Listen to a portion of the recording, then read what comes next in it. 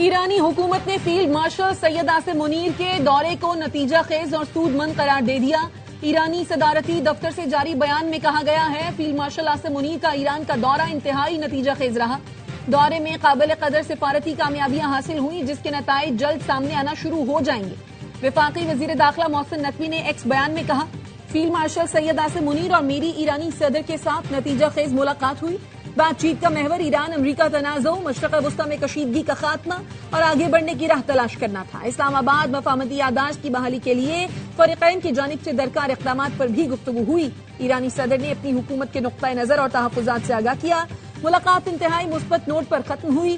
امید ہے یہ مثبت پیش رفت خطے میں دیر پا امن کی راہ ہموار کرنے میں مددگار ثابت ہوگی۔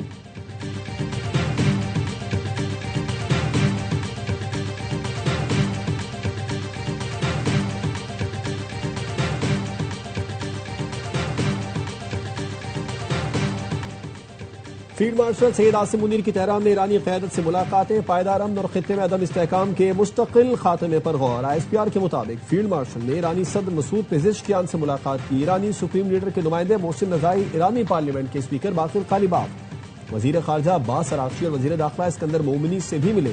ملاقاتوں میں مزید کشیدگی روکنے کے اقدامات پر جامع بات چیت کی گئی۔ آبنہ ہرمز دوبارہ کھولنے، تنازع کے فوری خاتمے پر بھی تبادلہ خیال کیا گیا۔ علاقائی امن اور تنازعات کا مذاکرات سے حل نکالنے کے طریقوں پر بھی گفتگو کی گئی۔ ایرانی قیادت نے پاکستان کے تعمیری کردار، کشیدگی میں کمی، تنازع کے پرامن حل کے لیے مخلصانہ کوششوں کی تعریف کی۔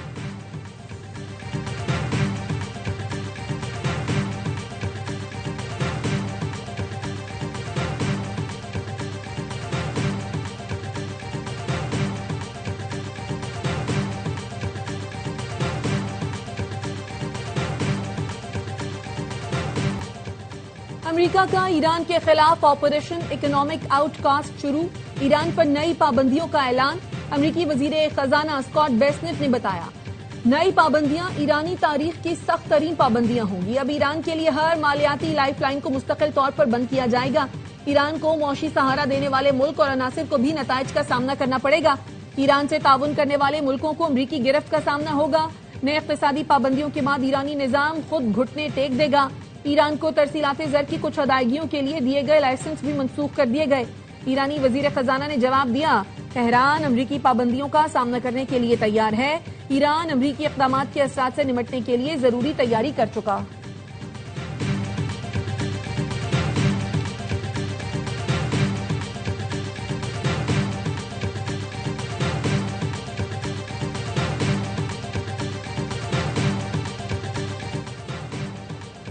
ایران کے ساتھ ہمارے تعاون میں رکاوٹ نہیں ڈالی جانی چاہیے، باہمی تعاون میں خلل ڈالا جائے اور نہ ہی کمزور کیا جائے۔ ترجمان چینی وزارت خارجہ کا کہنا ہے امریکی پابندیوں اور دھمکیوں سے بحران کا دائرہ کار وسیع ہونے کا خطرہ ہے۔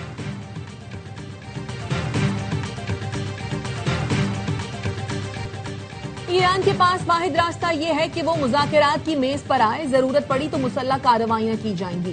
امریکی وزیر دفاع پیٹ ہیگزٹ کا کہنا ہے ایران معاشی دباؤ برداشت نہیں کر سکتا اور اس کی معیشت زوال کا شکار ہے۔ امریکی محکمہ خزانہ نے 5 سالانہ انقلاب کے 5 سینئر عہدیداروں کے بارے میں معلومات فراہم کرنے پر $1 کروڑ تک انعامات کا اعلان کر دیا۔ فہرست میں 5 سالانہ انقلاب کے کمانڈر احمد واحدی، خاتم الانبیاء ہیڈ کوارٹر کے کمانڈر علی عبداللہی اور 5 سالانہ انقلاب کے سائبر شعبے کے کمانڈر حمید رضا لشگریان شامل ہیں۔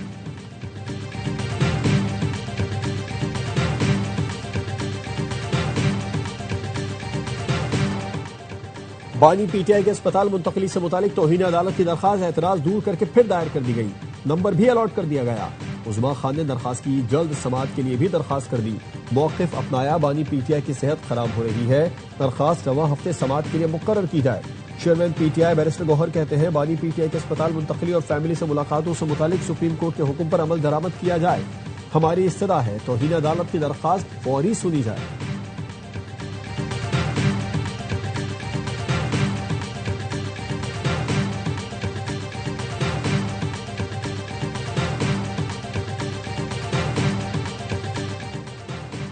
سپریم کورٹ نے بانی پی ٹی آئی کو شفا اسپتال منتقل کرنے کا حکم دیا تھا۔ عدالتی حکم کے باوجود اسپتال منتقل کیا گیا، نہ میڈیکل بورڈ تشکیل دیا۔ پیمز اسپتال میں ECG مشین تک دستیاب نہیں تھی۔ سینیٹر علی ظفر کا سینٹ میں اظہار خیال، کہا سیاسی مخالفت کی بنیاد پر بانی پی ٹی آئی کی صحت پر سیاست نہ کی جائے۔ مشیر وزیر اعظم رانا ثنا نے کہا بانی پی ٹی آئی کو ڈاکٹرز کے پینل نے صحت مند قرار دیا جس کے بعد انہیں جیل بھیجا گیا. حکومت نے امن و امان کی صورتحال کے باعث آخری وقت پر پیمز منتقلی کا فیصلہ کیا. عدالتی فیصلے پر عمل ہوا یا نہیں اس کا تعین عدالت کرے گی. اپوزیشن لیڈر علامہ راجہ ناصر عباس نے کہا سپریم کورٹ کے فیصلے پر من و عن عمل ہونا چاہیے تھا. اب بھی وقت نہیں گزرا. توہین عدالت کا کوئی فائدہ نہیں. حکومت بڑے دل کا مظاہرہ کرے اور بانی کو فوری اسپتال لے آئے.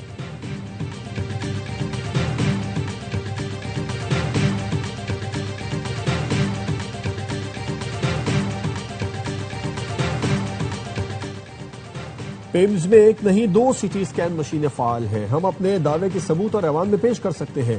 ڈاکٹرز نے بانی پی ٹی آئی کے CT اسکین تجویز ہی نہیں کیا تو اسکین کیسے ہوتا؟ وفاقی وزیر صحت مصطفیٰ کمال کا سینٹ میں اظہار خیال. وزیر صحت کے خطاب کے دوران اپوزیشن کا شور شرابہ، نعروں اور احتجاج کے باعث سینٹ کا ایوان مچھلی بازار بن گیا.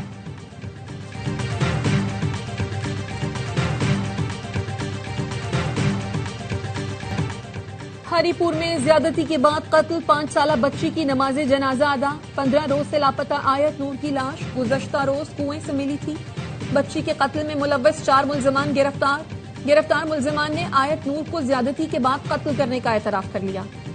وزیر اعلیٰ خیبر پختونخوا نے واقعے پر اسپیشل انویسٹیگیشن ٹیم بنانے کی ہدایت کر دی. کہا بچی سے مبینہ زیادتی اور قتل کی اطلاع انتہائی دلخراش ہے. واقعے میں ملوث عناصر کو قانون کے مطابق سخت ترین سزا دلوائی جائے گی. بچی کے اہل خانہ کے ساتھ مکمل ہمدردی اور تعزیت کا اظہار کرتے ہیں. بچوں کے خلاف ایسے گھناؤنے جرائم کسی صورت برداشت نہیں کیے جائیں گے.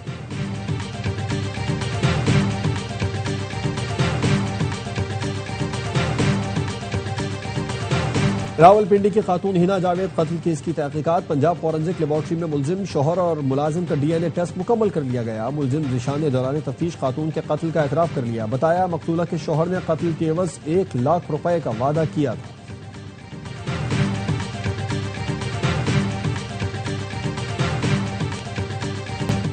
قانون سازی کر چکے مگر ہماری بیٹیاں پھر بھی محفوظ نہیں ہیں. پیپلز پارٹی کے رکن قومی اسمبلی شاہدہ رحمانی نے ہنا جاوید اور 5 سال کی آیت نور کو زیادتی کے بعد قتل کے مقدمات انسداد دہشت گردی کی عدالت میں چلانے کا مطالبہ کر دیا. کہا آخر ایسا کب تک ہوتا رہے گا؟ ہنا جاوید کیس کی مکمل اور غیر جانبدارانہ تحقیقات کی جائیں. ہم قومی اسمبلی میں تحریک التوا لائیں گے. ویمن پارلیمنٹری کاکس کی کنوینر ڈاکٹر شاہدہ رحمانی کی وفد کے ساتھ مقتولہ ہنا جاوید کے گھر آمد. کمیٹی ارکان نے مرحومہ کے لواحقین سے ملاقات اور تعزیت کی.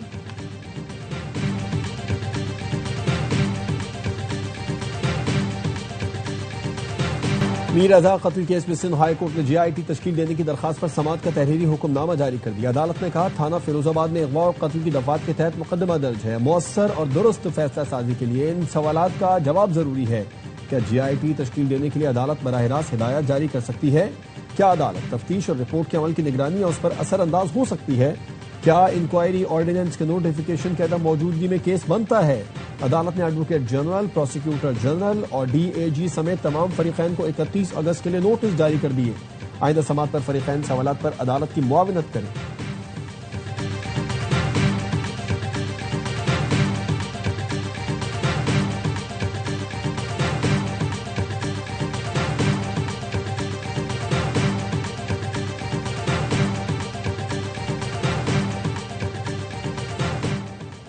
میر رضا قتل کیس میں پولیس کی اعلیٰ تحقیقاتی کمیٹی کا کرائم سین کا دورہ. SSP علی رضا کی سربراہی میں کرائم سین کا جائزہ لیا. سندھ حکومت نے گزشتہ روز تحقیقات کے لیے جوڈیشل کمیشن تشکیل دیا تھا. وفاقی وزیر داخلہ محسن نقوی سے امریکی ناظم الامور نیٹلی بیکر کی ملاقات. پاکستان اور امریکہ کے درمیان مختلف شعبوں میں تعاون بڑھانے پر بات چیت. منظم جرائم، منشیات اور انسانی اسمگلنگ کے خلاف تعاون بڑھانے پر اتفاق. نیٹلی بیکر نے خطے میں امن و استحکام کے لیے فیلڈ مارشل کے سفارتی کردار کو سراہا.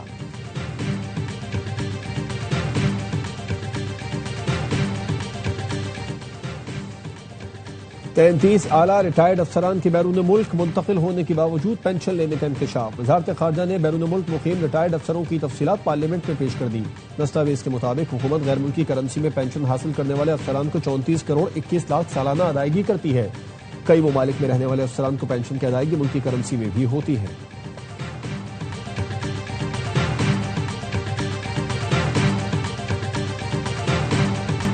وفاقی وزیر داخلہ محسن نقوی کا اسلام آباد میں ڈپلومیٹک انکلیو کا دورہ، ترقیاتی کاموں کا جائزہ لیا، کہا 4 دیواری پر ہمہ وقت کام جاری رہنا چاہیے، ایک بھی درخت نہ کاٹا جائے۔ محسن نقوی نے سائیکلنگ اور واکنگ ٹریکس کو جدید طرز پر تیار کرنے کی ہدایت کرتے ہوئے کہا کہ ڈپلومیٹک انکلیو کو محفوظ اور خوبصورت سفارتی زون بنائیں گے، رہائشیوں کو عالمی معیار کی سہولتیں فراہم کرنا اولین ترجیح ہے۔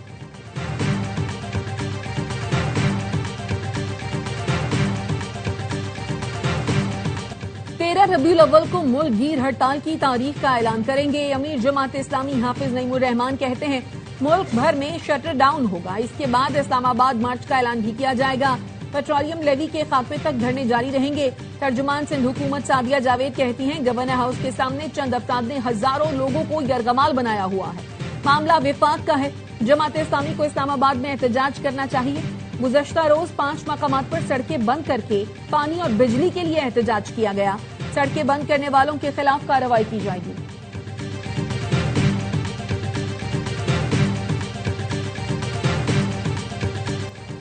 منشیات برآمدگی کیس میں عدالت کوکین ڈیلر انمول اور پنکی کے عدم پیشی پر برہم۔ جیل حکام نے بتایا کہ محکمہ داخلہ نے انمول اور پنکی کو ویڈیو لنک پر پیش ہونے کی ہدایت کی۔ عدالت نے ملزمان انمول اور پنکی اور عاقب کے پروڈکشن آرڈر جاری کر دیے۔ 5 مفرور ملزمان کے وارنٹ گرفتاری جاری کر دیے گئے۔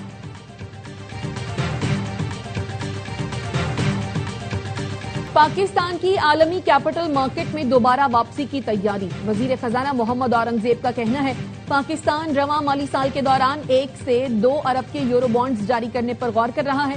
10 ارب ڈالر کی امریکی سواپ لائن سرمایہ کاروں کے لیے اعتماد کا اشارہ ہے۔ واشنگٹن سے سواپ لائن پر تعمیری رابطہ ہوا، چند ماہ میں جواب کی توقع ہے۔ پاکستان کا مقصد 2 طرفہ قرضوں پر انحصار کم کر کے عالمی مارکیٹ سے قرض لینا ہے۔ پاکستان برآمدات پر مبنی معاشی نمو کو فروغ دینے پر توجہ دے رہا ہے۔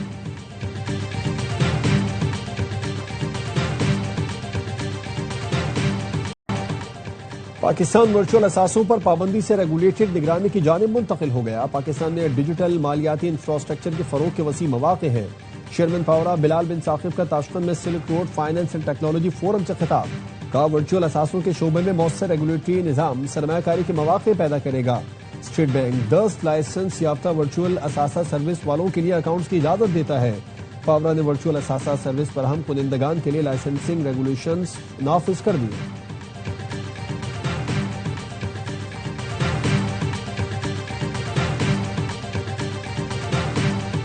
سعودی ولی عہد کا فرانس کا دورہ، فرانسیسی صدر اور وزیر اعظم سے ملاقاتیں کی۔ مشرق وسطی میں مزید کشیدگی سے بچنے اور علاقائی سلامتی یقینی بنانے کے لیے مذاکراتی حل پر زور دیا۔ اعلامیے میں ایران پر زور دیا گیا کہ وہ IAEA سے تعاون دوبارہ شروع کرے۔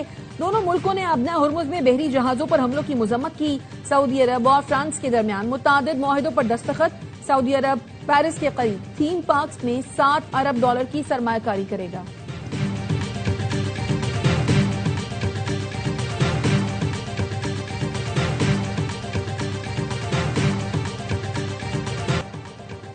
امریکہ نے 47 سال بعد شام کو دہشت گردی کی سرپرستی کرنے والی ریاستوں کی فہرست سے نکال دیا۔ شامی صدر نے اعلان کو تاریخی قرار دیتے ہوئے عوام کو مبارکباد دی اور صدر ٹرمپ کا شکریہ ادا کیا۔ امریکی وزیر خارجہ کہتے ہیں فیصلے سے شامی عوام کو خوشحالی کی جانب راستہ ملے گا۔ امریکی وزیر خزانہ نے کہا کہ اقدام سے شام میں مزید سرمایہ کاری کی حوصلہ افزائی ہوگی۔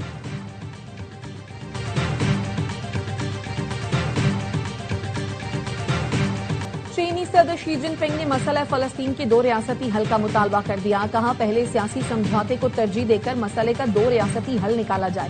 غزہ میں رہنے والے فلسطینی عوام پر حکومت فلسطینی کرے، شہریوں کی حفاظت کا انتظام کیا جائے، انصاف اور مساوات کو ملحوظ خاطر رکھا جائے۔